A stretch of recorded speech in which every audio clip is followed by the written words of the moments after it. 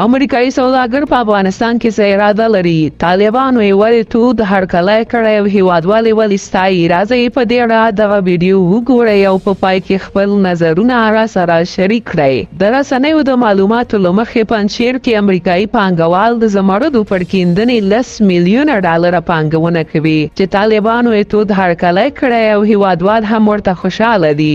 د پنجشېر مسؤلین وایي چې یو امریکایي پانګوال په دغه ولایت کې د زمردو قانونو د رابستنې په برخه کې د 10 میلیونه ډالرو د پانګونې ژمنه کړې ده. راپورونه وایي د امریکایي پانګوال د پنجشېر ولایت له والي سره په کتنه کې ژمنه کړې او ویلي دي چې دوی په دې برخه کې پانګونې ته لیواله دي. دا په داسې حال کې ده چې په دغه ولایت کې کان کیندونکي د عصري وسایلو د نشتون او د کان کیندنې په برخه کې له موجوده ستونزو شکایت لري او وایي چې موږ د کان کیندنې په برخه کې ډېرو ستونزو سره مخ یو. حکومت دې راته د عصري وسایلو غم وکړي. د پنجشېر والي ویلي چې په دغه ولایت کې په څه باندې 1500 کانونو کې د زمردو د راوستنې چارې روانې دي او اوس تازه د زمردو 40 نور کانونه هم کشف شوي دي. څه موده وړاندې د کانونو او پټرولیم وزارت ویلي و چې د پنجشېر له کانونو استخراج شوي زمرد د دې ولایت د ځایي مسؤلینو او د وزارت ویان په شتون کې د 117,900 ډالرو په ارزښت 2059 قیراته زمرد پلورل شوي دي.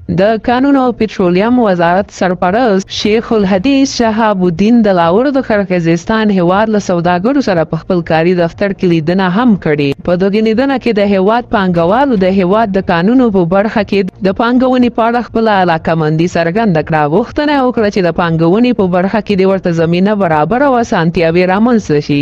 د کانونو او پټرولیم وزارت سرپرست له لوري هغوی ته ډاډ ورکړل شو چې د پانګونې لپاره د زمینې برابرولو په برخه کې به هر ډول همکاري وکړي او زیاته یې کړه. موږ ټولو بهرنیو پانګوالو ته د پانګونې په برخه کې ښه راغلاست وایو.